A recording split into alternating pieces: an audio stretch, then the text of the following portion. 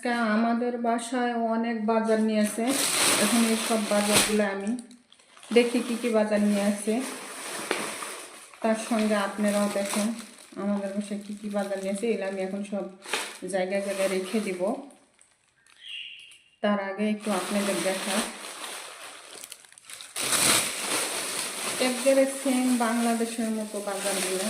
Saudi আরবের বাজার বাংলাদেশের মতো। এই যে হলো পেঁয়াজ,